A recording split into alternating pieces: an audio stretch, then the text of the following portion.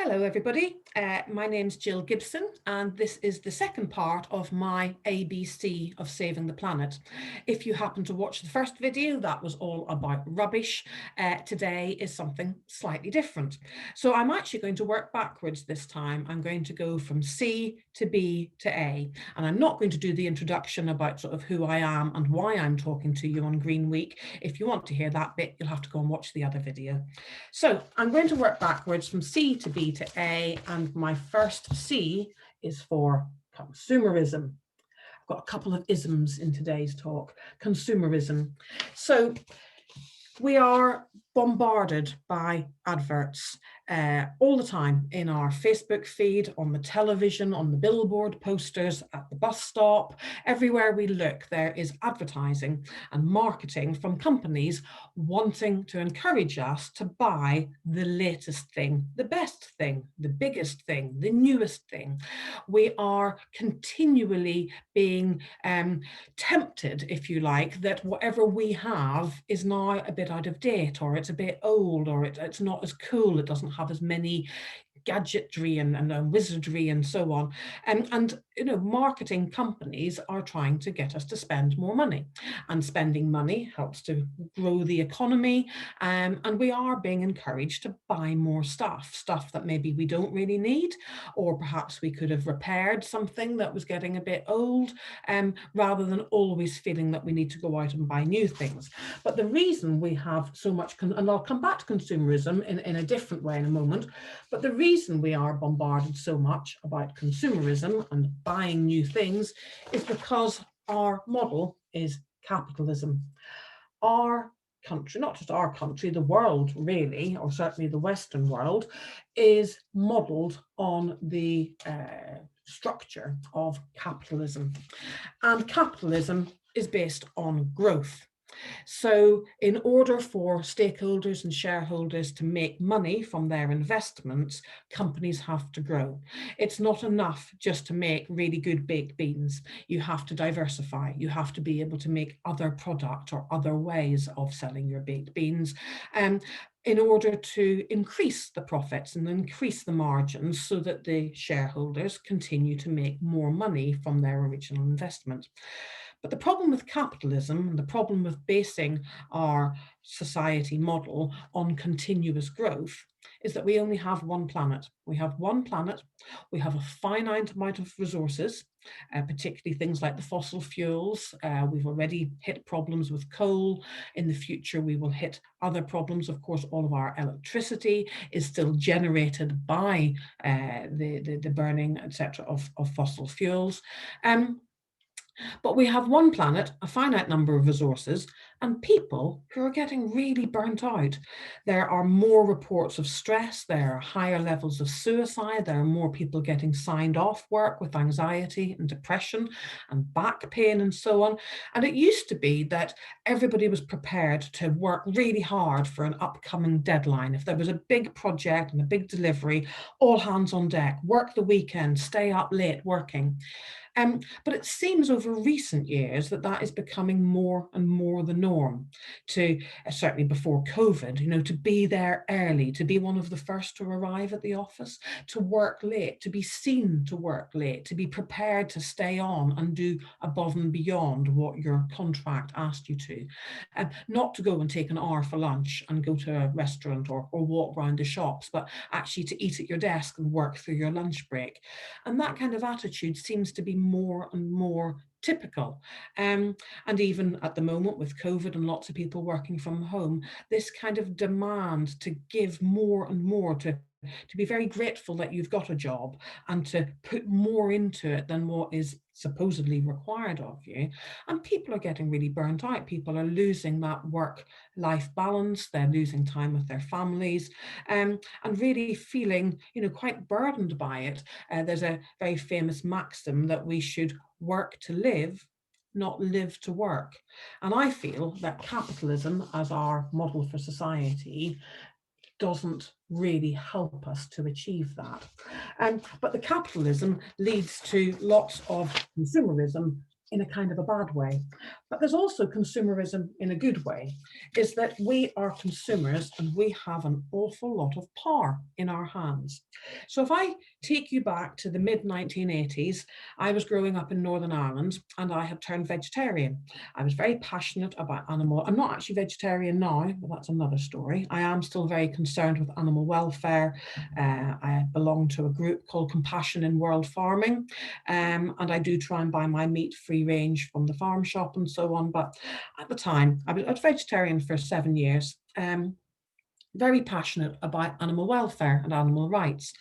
And at the time, there were these horrific pictures and images being shared. People were leafleting outside booths and so on about shampoo being dripped in rabbits' eyes. And suddenly it was just like the world woke up. The world said, actually, that's horrible. We don't want shampoo to be rubbed into rabbits' and puppies' eyes to see if it's going to make my eyes itch when I wash my hair. And I don't really want eyeshadow being put onto the eyelids of animals and so on. And there was this huge movement for stopping animal testing on cosmetic products. And it changed the world. You would be quite hard pressed now to pick up a bottle of shampoo to see that it has been tested on animals. There are, of course, still problems with this. If your makeup product or cosmetic product is sold in China, then there is still animal testing going on because China doesn't allow any products to be launched without testing on animals first. And there are all kinds of ways you can look up to see whether the cosmetics and the beauty products that you buy do or do not test on animals, whether that's in the UK or further afield. But basically, as consumers, we said, we're not happy with this. We want something to change. And it did change, and it really, really snowballed.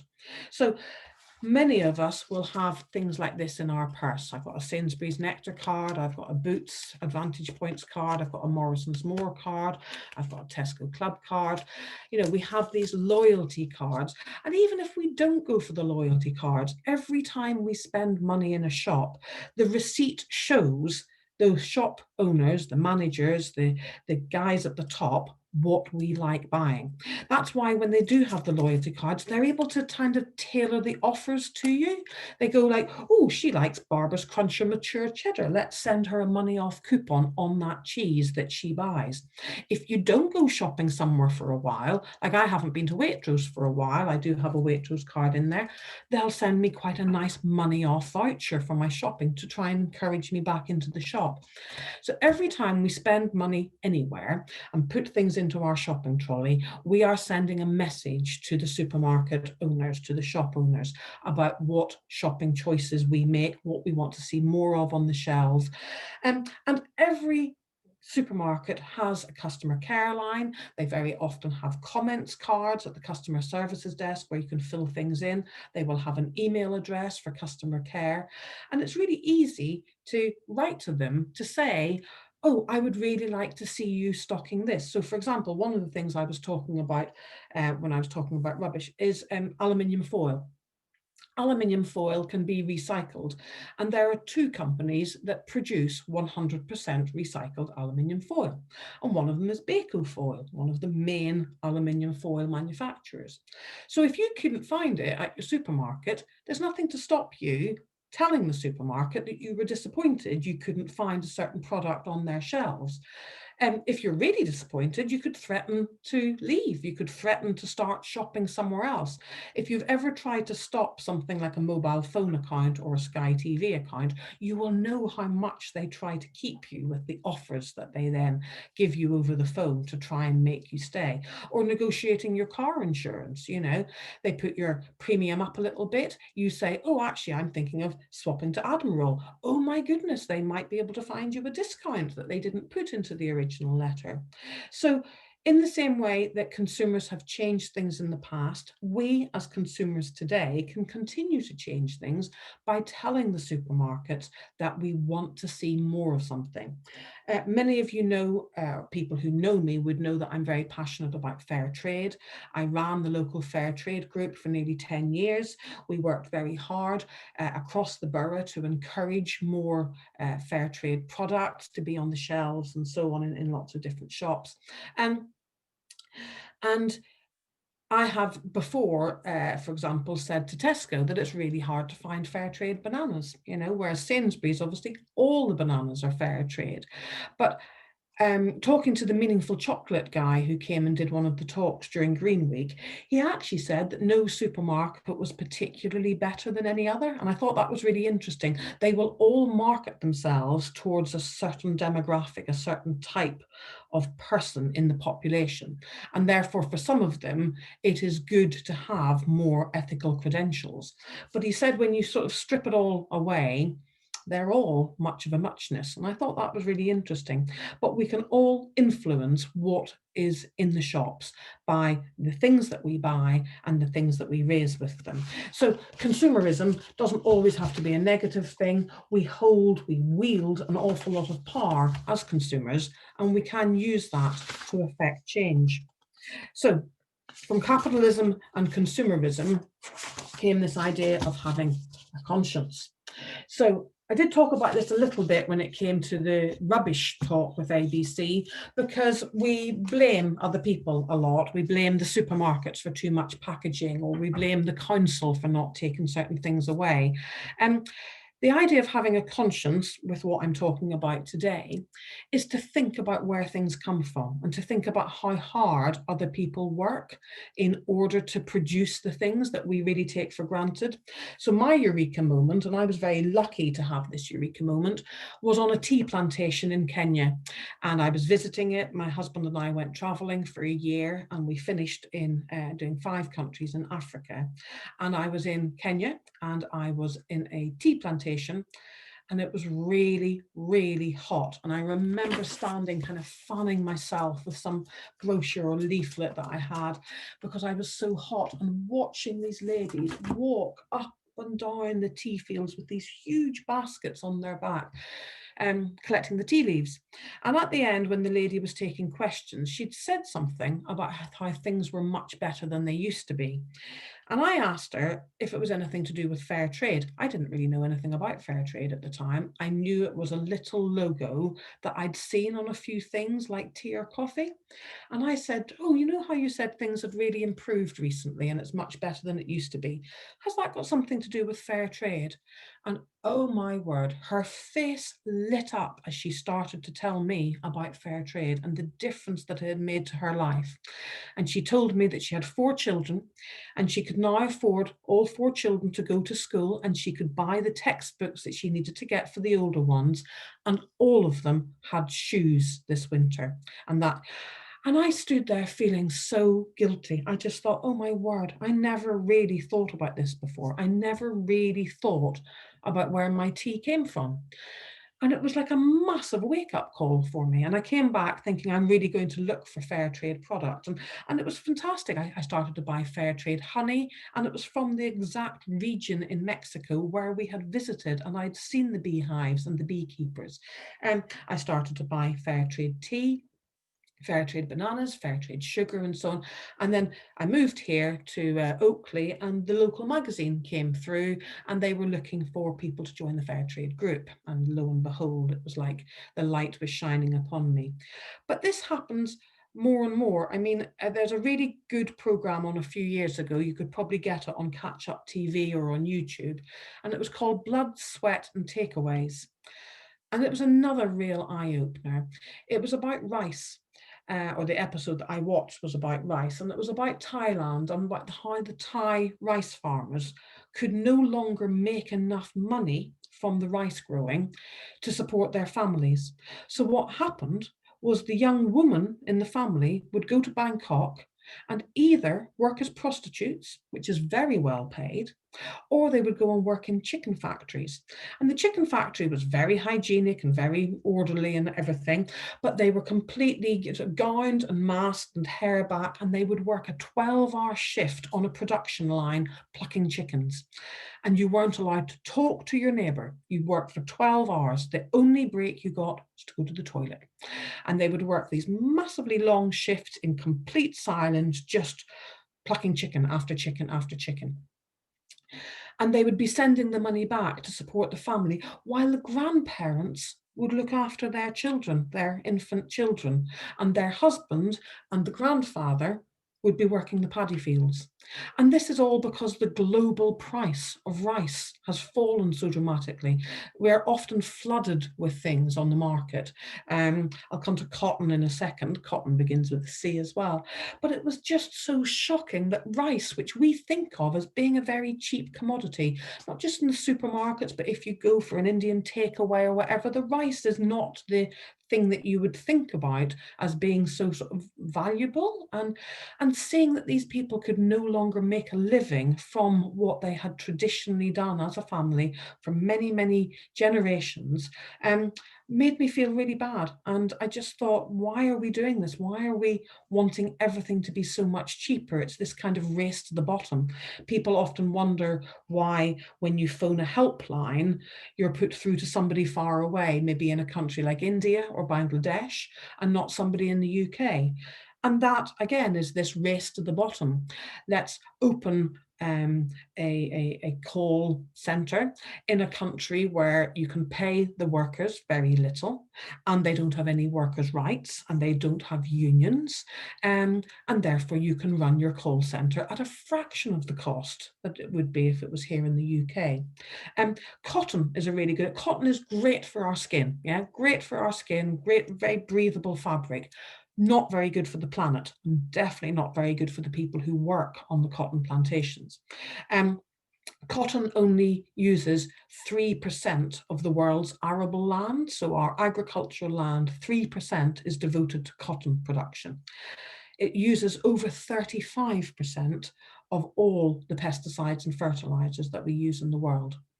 And very often the planes that spray, it sprays everything. It sprays the paths, it sprays the border of the village, it might go over a school. You know, they're trying to cut back this. It's the same with banana plantations. If your bananas are non-organic, you wouldn't believe how much they are sprayed. We stopped at a banana plantation in Costa Rica, and we were told not to touch the trees or touch the bananas, because if we hadn't washed our hands really thoroughly before we ate our packed lunch, we would make ourselves really violently sick.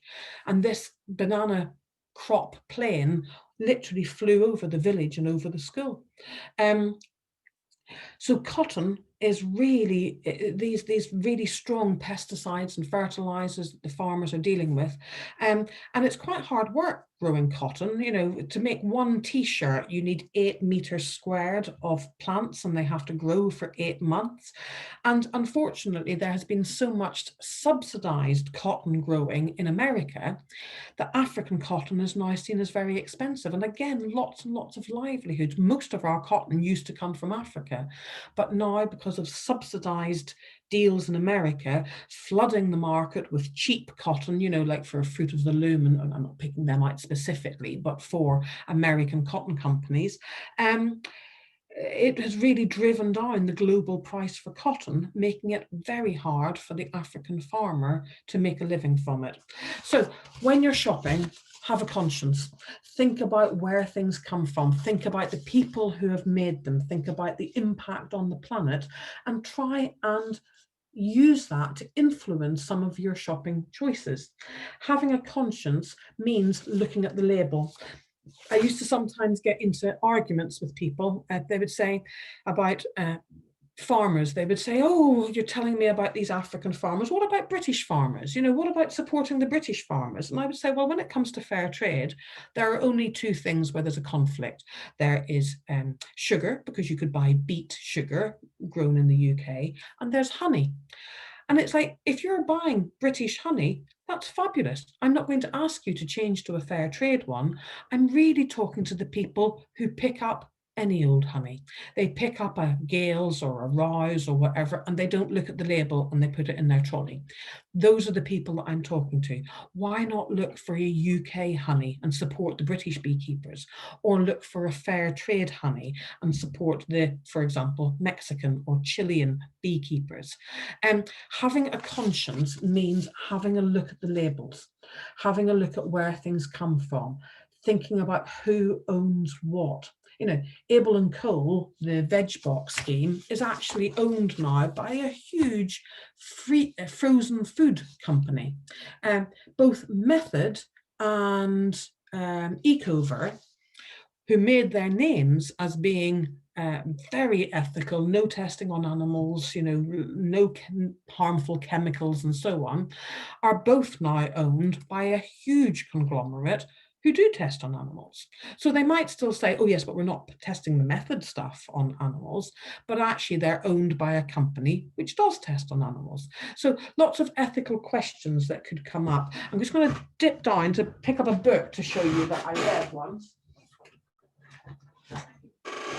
I absolutely love this book, and it was a total life changer for me. I actually want to write to the author and ask him to redo it and republish it with up-to-date references and so on for the website. It was A Good Life by Leo Hickman, and it was fantastic. There was a chapter really for each aspect of your life.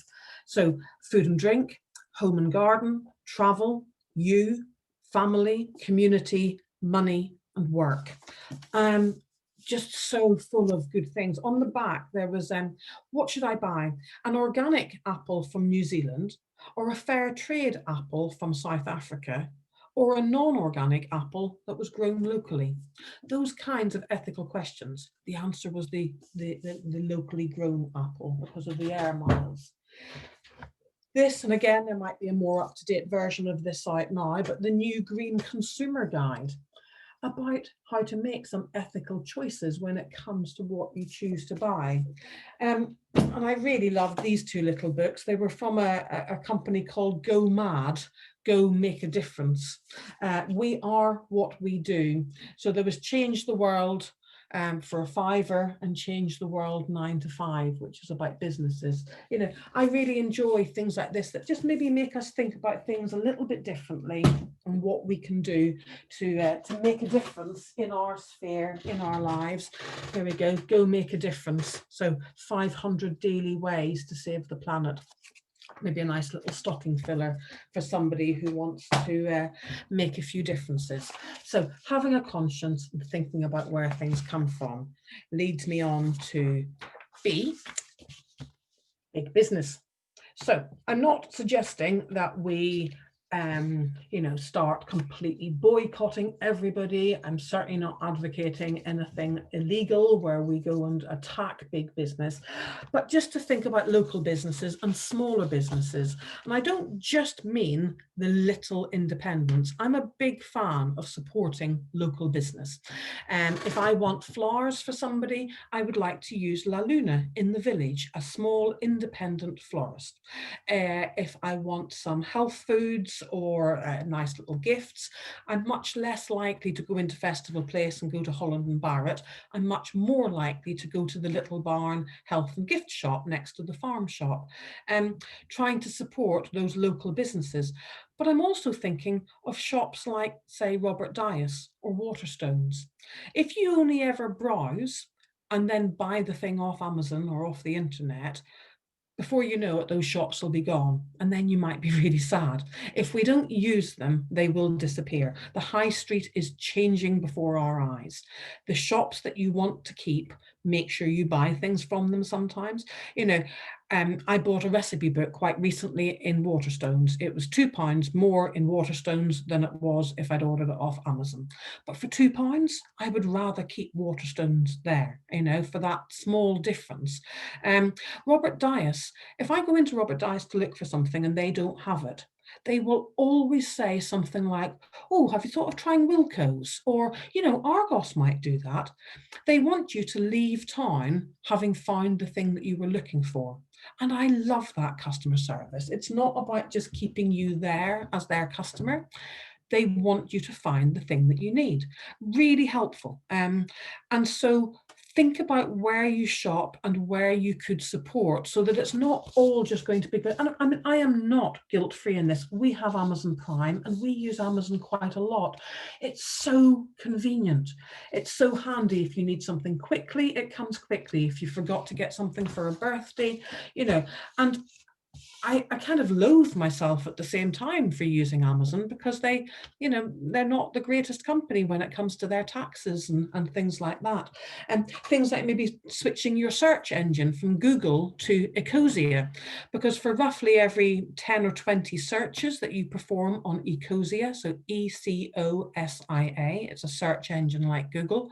If you make that your homepage so that you automatically open to that when you want to do a search, they'll plant a tree on your behalf for every, I think it's somewhere between 10 and 20 searches.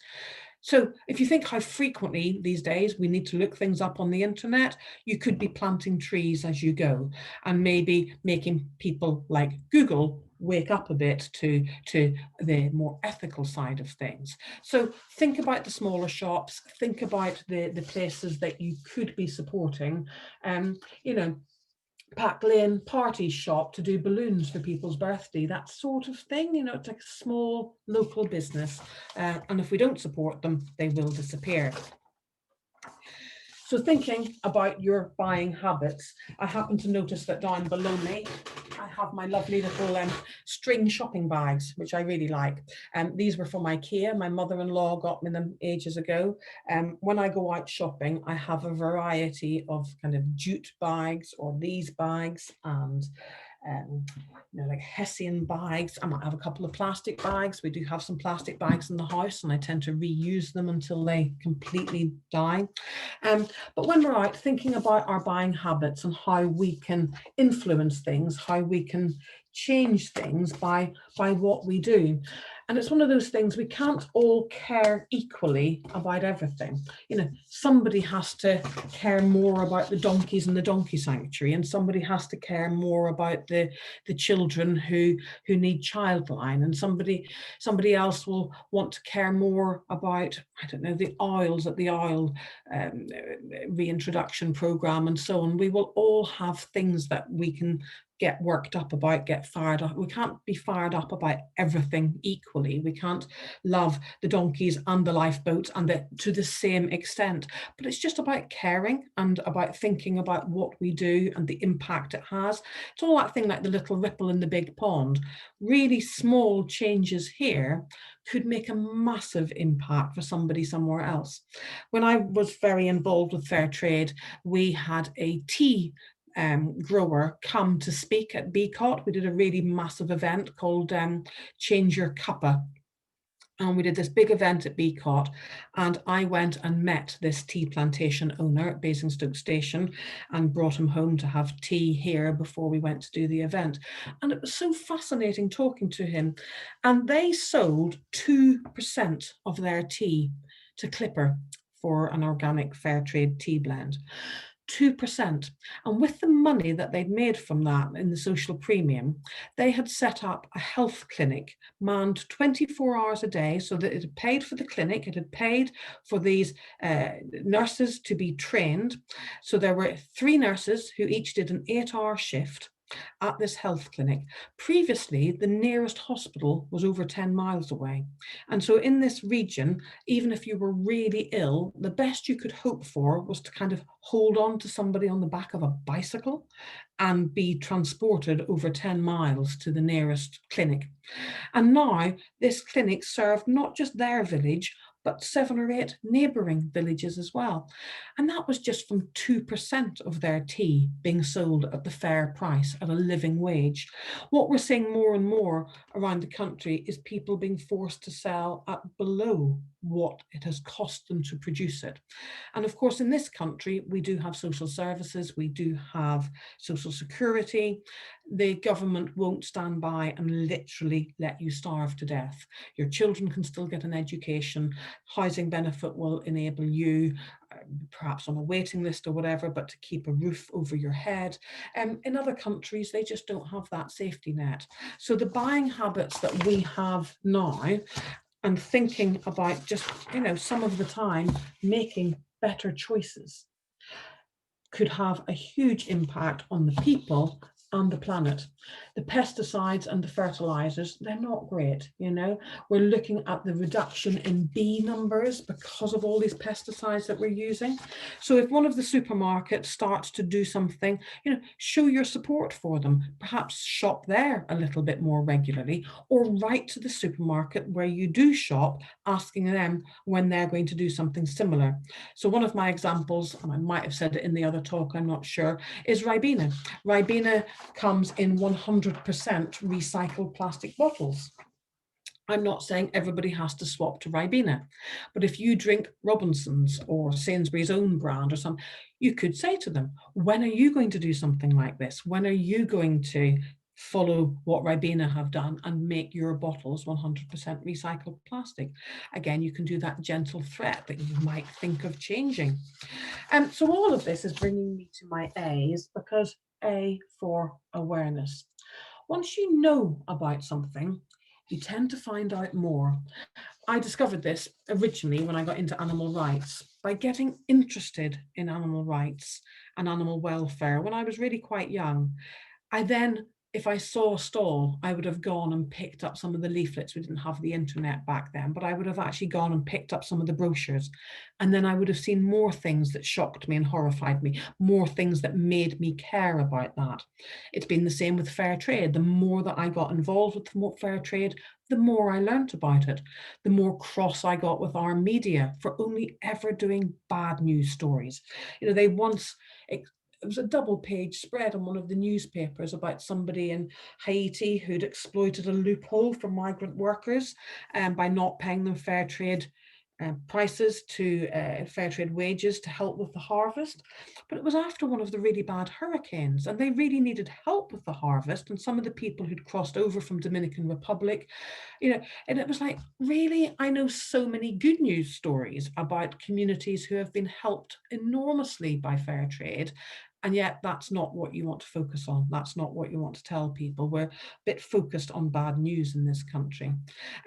So sort of waking up to the plight of the planet, the plight of the people working on the planet, the use of the pesticides and the fertilizers, what we put in our food, the processed food. You know, I really think that what our generation knows about smoking and alcohol, the next generation will know about chemicals and about additives and pesticides and fertilizers. So this awareness of actually looking at the labels, thinking about who owns what, thinking about which companies you really want to support, which companies you want to buy more from and encourage, and which ones you want to maybe move away from a bit. And it brings me to, I suppose, the point of my talk today, which was really about activism. And activism can be bandied about in quite negative terms these days. Activism doesn't always have to be radical. I think the reason why sometimes it gets very radical, and if you think of things in the news recently with the environmental protest, the Extinction Rebellion and so on, people often think it needs to involve, you know, marching and big protests or even violence or vandalism and so on. And the reason sometimes it gets to that point is because people don't listen. So my example for that is the British dairy farmers. Until the farmers walked the cows into the supermarkets and up and down the aisles of the supermarkets, nobody really paid attention to the plight of the dairy farmers, not properly. That was when things changed. That was when it grabbed all of the headlines, and lots of people said, this is terrible. You know, we're not paying them enough for their milk. They're going out of business because they can't afford to be dairy farmers anymore. And suddenly you started to see, you know, I remember Lidl doing it and putting the Union Jack on their milk to say that their milk was British milk and that they were paying the dairy farmers the right price. But it took the farmers to take the cows into the supermarkets to make that happen. I think the reason why Extinction Rebellion has been so kind of in your face is because we are destroying the planet. If you don't take big action, you don't grab the headlines, and nothing really changes. But activism can start much smaller. You don't have to cover yourself in fake blood and sit outside the fur shop to make a point about fur. Activism can start with the email or the customer care line or filling in a comment card in a shop, to tell the people what you want to see more of, what you want to see less of, what would make you recommend them to other people to come and shop there, and so on, to kind of vote with your feet and vote with your words what you like and what you don't like. If you're really cross at somewhere for not having something on the shelves, or for, I get really wound up about recycled loo roll. I tried to buy some the other day and there was none. I can't remember which supermarket I was in. Oh, I was in Morrison's. There was no loo roll made from recycled paper on any shelf. There was loads of other loo roll. I could have had shea butter loo roll. I could have had aloe vera loo roll. I would like legislation that says you can't sell loo roll in the UK unless there is a certain proportion of recycled content. In my other talk about rubbish, I was saying if we just throw things away, even if we're recycling them, if we're not then looking for products with recycled content, we're still just kind of throwing them away. We're letting somebody else deal with it. So I would like every loo roll, including the super soft ones with the aloe vera and the shea butter, to have, say, I don't know, 30%, 50% recycled content. I feel if we can kind of get through COVID and Brexit, I need to write a few more strongly worded letters to government ministers and try and get them to, put some of these things in place as policy. So activism is a really important word. It comes from our noun, active. And we're all told, keep active, stay active, keep your mind active. Well, active gives three nouns. It gives action, activity, and activism. Activism can be a really positive word. If you're cross about something, channel it. Don't just mutter. Don't just preach to the converted or mutter to other people. Oh, I can't believe that Sainsbury's have done this. Or, oh, I can't. Actually do something about it. If you're cross at a supermarket, tell them. It's very easy to preach to the converted when you're talking to somebody, we talk about, singing to the choir or whatever. If somebody already feels the same way as you, you're not going to affect any change by telling that person. And if we just mutter amongst ourselves in the playground or whatever, that's not going to change anything either. If you are annoyed about something, if you're cross, channel it and turn it into something positive, turn it into activism. At the Green Week last year, I met a man who was telling me how cross he felt about the litter around Oakley. But he actually went out every week and litter picked. He went out with a couple of big black bags and a litter picker, and he went and picked up all the cans down by the little pond on the way to the church that were near the bin but not in the bin. And he would pick up litter.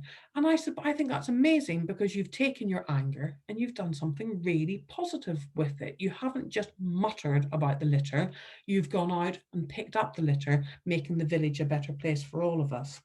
So when it comes to activism, there are things that all of us can do. We can all affect change in our little sphere. And that's how big change happens. That's how if lots of people are affecting change in their little spheres, all the spheres start to roll and then they become the snowballs and then we get the snowball effect and then big change can happen. And my final A was for act now, because it is virtually too late. I'm not going to say it is too late, but it's almost too late. I don't want my children to grow up and be telling their children that there used to be tigers or that there used to be polar bears. I just think that would be heartbreaking to say, the things like the extinction of the species, we need to try and slow it down. We need to encourage the bees back, because how on earth our food chain will be impacted, I dread to think. So don't leave it, don't wait, don't shilly-shally. The important thing really is to act now. And I'm going to leave you with a quotation from Greta Thunberg. And again, I think, rewind a few years, nobody knew who she was. And then she was just a schoolgirl who went on strike outside her school because she cared about the planet and she thought that the politicians weren't listening. And now she's a household name. She is a game changer, a world changer. And I really like this quotation. Ben put it in our Green Week booklet as well, and I think it's very appropriate to finish my talk today. She said, "Instead of looking for hope, look for action. Then and only then, hope will come." Thank you, everybody, for listening. Thank you. Bye.